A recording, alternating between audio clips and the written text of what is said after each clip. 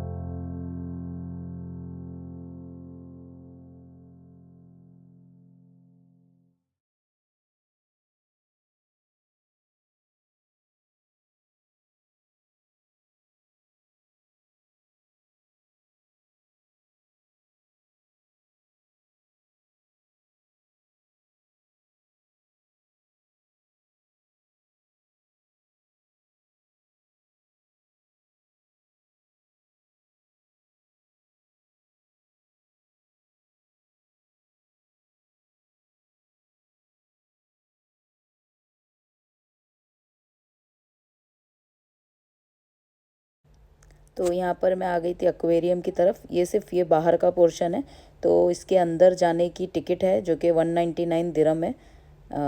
मैं कभी अंदर गई तो नहीं हूँ, क्योंकि हम लोग इंडियंस होते हैं जो वो हमेशा कंपेयर करते हैं दिरहम्स को इंडियन रुपीज़ में कन्वर्ट करते, तो 200 दिरहम आई थिंक 4,500 4,300 के आसपास है। तो इतना महंगा, तो वो देख के हमारा दिल थोड़ा वो हो जाता है। पर मैं अकेली भी थी, तो हमेशा मैं एक्साइटेड रहती हूँ कि मैं जब अकेले आऊँगी तो मैं यहाँ जाऊँगी वहाँ जाऊँगी, पर कभी दिल नहीं होता। जैसे बच्चे होते हैं तो उनके ज़रिए इंसान चले आता है। अब 3-3 बच्चे और 200 दिरहम की टिकट, तो और प्लस मैं एक, तो 800 की टिकट तो यही हो गई थी। तो मैं कभी गई नहीं, कभी बाहर से जो अंदर से दिखता है, मतलब वो अंडर वाटर ज़ू है और अलग अलग तरह की फ़िश है बहुत सारी, और बहुत अच्छा है वैसे बाहर से तो दिखने में। तो मैं कभी गई नहीं हूँ, और कभी गई तो मैं आपको ज़रूर अंदर से भी मैं वीडियो ज़रूर बनाऊँगी। तो जो भी मैंने बाहर की वीडियो बताई हूँ वही।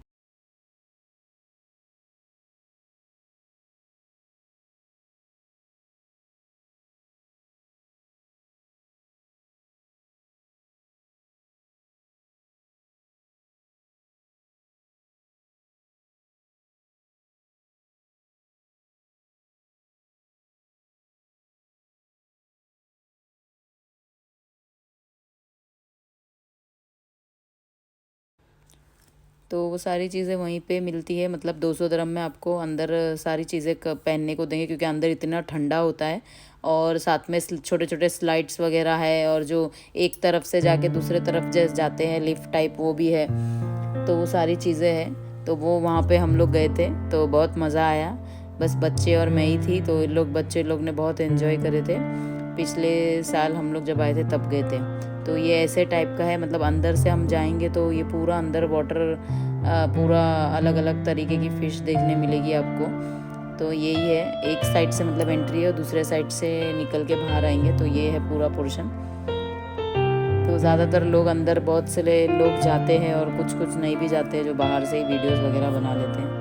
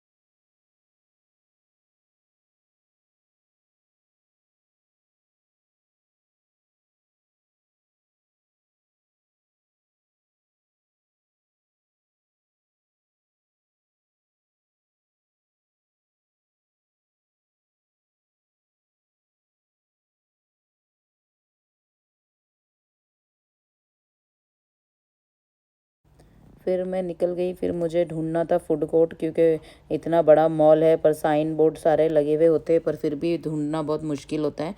ढूंढ ढूंढ के मैं थक गई। फिर मैं यहाँ थोड़ी देर खड़ी रही यहाँ पर, तो यहाँ पे बहुत बड़ी सी स्क्रीन है।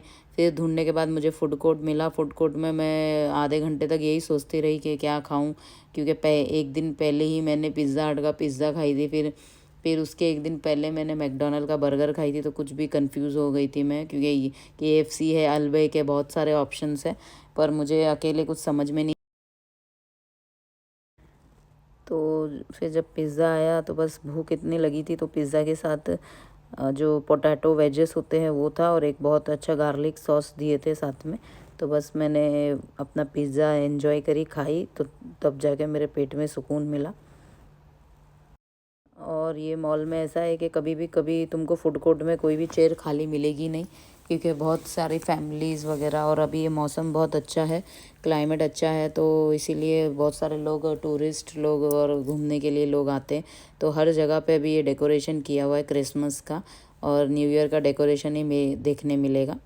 तो जब जगहों पे अच्छे से लाइटिंग वगैरह हुई है, तो बहुत ही अच्छा हुआ। पूरा मेरा दिन निकल गया। तो मैं जो 12 बजे से आई हुई थी, मैं रात के 7:30 बजे तक वहीं पे थी, तो आप लोग अंदाज़ा लगा सकते हैं कि पूरा दिन भर भी काफ़ी नहीं है ये मॉल। और भी बहुत सारी चीज़ें मैं नहीं घूमी, क्योंकि मुझे बस अब ऐसा था कि बस अब घर जाना है, अब बस हो गया।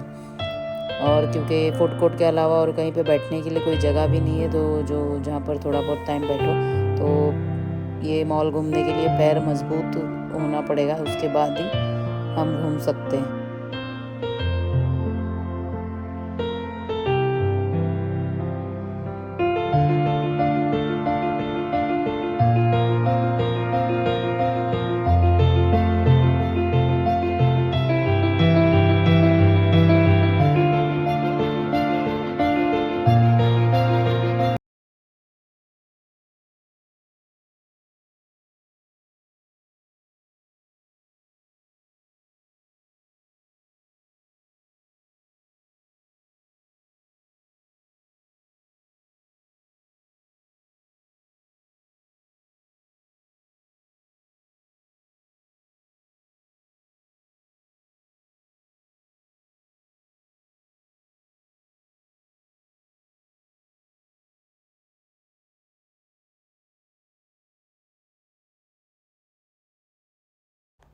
तो यहाँ पर मैं आ गई हूँ नीचे लोअर ग्राउंड की तरफ, जहाँ पर दुबई फाउंटेन भी है, और सामने आपको बुर्ज खलीफा भी देखने मिलेगा।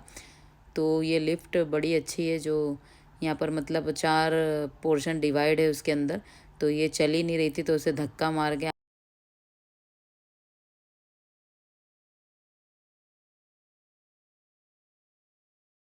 तो यहाँ पर आ गया बुर्ज खलीफा।